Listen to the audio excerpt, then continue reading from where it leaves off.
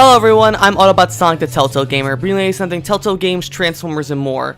So first off, I'd like to say thank you all so much for being so patient these last couple of weeks. As I've stated throughout a couple of posts on both Twitter and YouTube, I've just been really busy with finals and so on, but now that my college semester is finally over, I'm ready to go back into videos, and you can expect one review of Transformers Cyberverse every day this week until we're caught up, which I know I'm probably about like 5 episodes behind, I think, so strap in because we're going to be doing one episode every single day. So for today's review, we're going to be looking at Transformers Cyberverse Season 1, Episode 11, Sabotage. And now, after like the really good episodes that we've gotten in the past couple episodes, specifically with Megatron is my hero, or even McAdams recently, or Shadow Striker, all those really good episodes. Now we're in what I feel like is, in my opinion, the worst episode of Cyberverse has had so far. Not saying that the show is bad, but like I think we're in suspended qualities of episodes right now. If you remember my reviews of Transformers Robots in the Skies, suspended, I said it was like the worst episode of Robots in the Skies of all time. So I believe currently this is the worst episode of Transformers Cyberverse so far. But hopefully I know Boulder Media and Hasbro Animation Studios, they've done a great job with the season, so hopefully this is just one hiccup that they'll bounce back from in later episodes. So we're going to go over everything this episode did right and what it did wrong. So this episode starts off actually with a conversation between Slipstream and Shockwave in the present day timeline. Now, for those of you who don't know, the only Decepticons we've seen in the present day timeline are Slipstream, her bunch of Seekers, Acid Storm, Nova Storm, Thundercracker, and Thrust, and Starscream. Those 5 Decepticons are the only ones we've seen in the present day storyline. Now we see Shockwave is here as well, as he's back on Cybertron, which is actually a kind of a nice little nod to the G1 cartoon, in which when all the Decepticons were on Earth fighting the Autobots, Shockwave was the only one still on Cybertron, so I think it's a nice little callback to that. So anyway, Slipstream asks Shockwave if he is able to find out where Windblade and Bumblebee are, and he says that he's able to access the ship's computer that they're in based on the fact that Windblade is using his cortical psychic patch. Now, for those who don't know, this is a nice little reference as well to Transformers Prime, when in that show, Shockwave was the one who invented the cortical psychic patch. So it's nice to see that in Cyberverse, that's the same case as it is before. So Shockwave decides that he's going to end up using hacking into Windblade's cortical psychic patch and use it to disguise himself as Windblade in order to give Bumblebee false memories and give him and Windblade up to the Decepticons. While this while this conversation is going on, we cut to a shot of Bumblebee and Windblade inside Bumblebee's mind, looking for clues as to who exactly the King of Dinosaurs is. Now, for those of you who don't remember, at the end of the last episode, McAdams, Bumblebee and Windblade learned from their flashback of McAdams that their next step would be to find the King of Dinosaurs, who, while we as the audience know is most likely Grimlock, they don't know that yet because they don't know what dinosaurs are. So as they're looking for clues throughout Bumblebee's memories as to who exactly the King of Dinosaurs is, Shockwave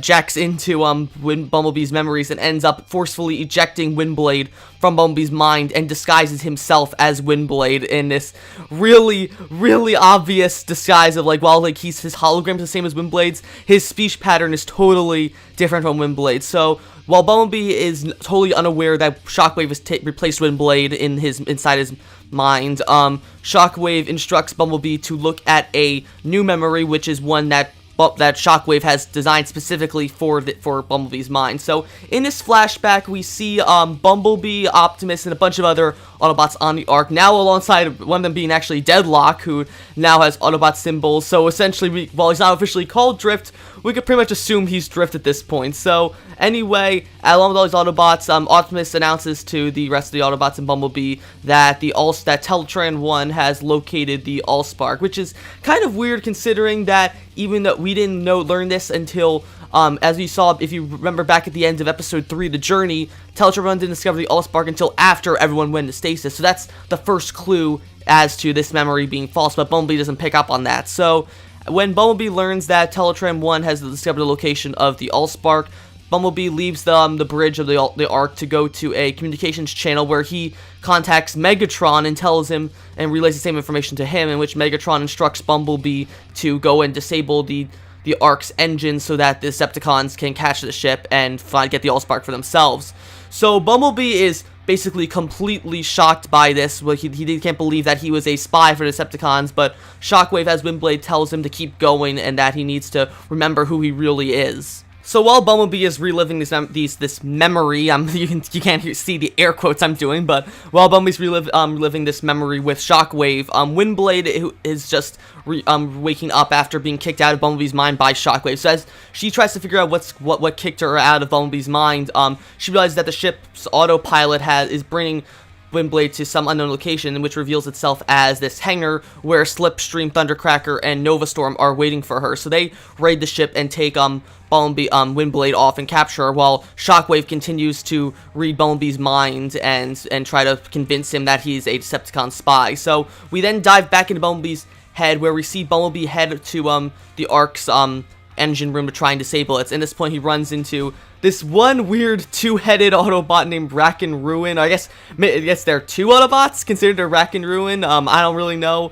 Along with this, Bumblebee ends up running into Wheeljack, who he's unable to convince that he's just there for doing maintenance. So Bumblebee ends up knocking out Wheeljack and throwing him into space. But before he can disable the engines, he's caught by Ratchet, who cuffs Bumblebee and brings Wheeljack back into the ship. So it's at this point that Bumblebee is brought to a mock trial in front of Optimus and a bunch of other Autobots who declare him guilty of being a Decepticon spy. And so Optimus sentences Bumblebee to death and prepares to kill him. But Bumblebee manages to escape throughout the ship and then is continuing to run the ship while Optimus chases him. While this is happening, we see back in the present day that Windblade manages to escape Slipstream, Thundercracker, and Novastorm, but before she can get back to her ship, she finds out it's still under Slipstream's autopilot controls, so its turrets activate and ends up firing Windblade, so she's fighting off the ship while Bumblebee is still reliving his memories. So while Bumblebee's being chased by Optimus, he ends up being caught into a corner, and with Optimus getting ready to take him down in this really, really menacing way as Optimus grinds his axe against the wall as he walks closer to Bumblebee. So as Optimus looks like he's about to go kill Bumblebee, he actually just destroys Bumblebee's stasis cups, in which Optimus reveals that he too is a Decepticon double agent, and reveals that he and Bumblebee are going to kill all the other Autobots on the ship so that Megatron can have the Allspark. And it's this moment that Bumblebee realizes that the memory is a fake, and that because Optimus would never betray the Autobots. So it's at this point that Shockwave reveals himself to not be Windblade and demands Bumblebee as a last-ditch effort to tell him where the Allspark is, or else Slipstream and the rest of the Seekers will kill Windblade. But Bumblebee refuses this and exits his mind and pulls his Quark Cycle patch out. So once he sees that Windblade is still being attacked by Slipstream and act in her ship, Windblade tells Bumblebee to activate the ship's self-destruct sequence. So it's at that point that the ship goes crashing into the hangar, but Windblade and Bumblebee manage to escape before the ship blows up, blowing up the entire hangar, along with presumably Slipstream, Thundercracker, and Novastorm. We don't know if they're dead, but so we'll have to wait till next episode.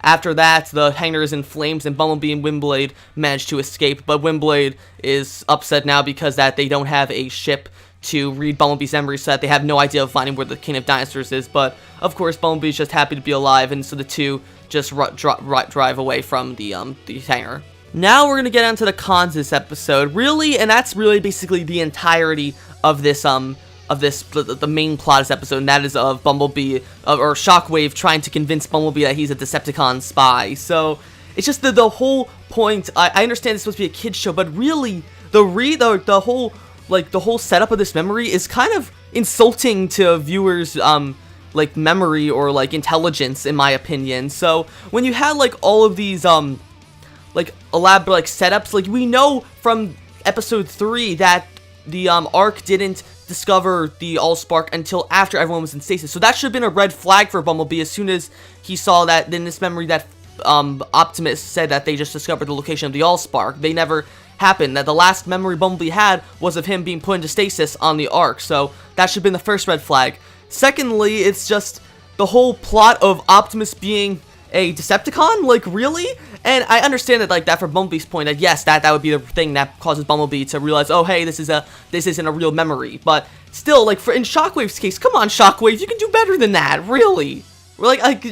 you have to have like Shockwave, who's like the smartest of the Decepticons, and it's like his grand scheme to make Bumblebee believe that that he's a Decepticon spy is to make a memory where Optimus, the most loyal Autobot guy, is a Decepticon. No, Hasbro, that's not how Shockwave works. I will give them credits though for making Shockwave talk logic like he does in Transformers Prime, which I think was a nice little callback to that. And Ryan Andrews does a great job as Shockwave in this episode too. But really, like, just the whole side plot of like Bumblebee being in this memory, it was just so stupid. The side plot though of Windblade battling Slipstream and her Seekers, I think that was really cool. And the whole plot of Shockwave like creating false memories of Bumblebee is a cool idea, don't get me wrong, but just the way they did it in this episode was not really good at all, and it didn't work out well for Hasbro in this case. And so that was my review of Transformers Cyberverse Season 1 Episode 11 Sabotage. If I had to rate this episode, I would give it a 5 out of 10. Arguably, definitely the worst episode of Cyberverse by far. The whole main plot of Shockwave, Sabotage, and Bumblebee was completely idiotic. The only saving grace of this episode is the fact that the concept of Shockwave sabotaging memories is pretty cool, but it was just poorly executed, and the side plot of Windblade battling Slipstream, that was pretty cool. I like the animation stuff in that, and that's really the only saving grace of this episode. So that's gonna be for this review.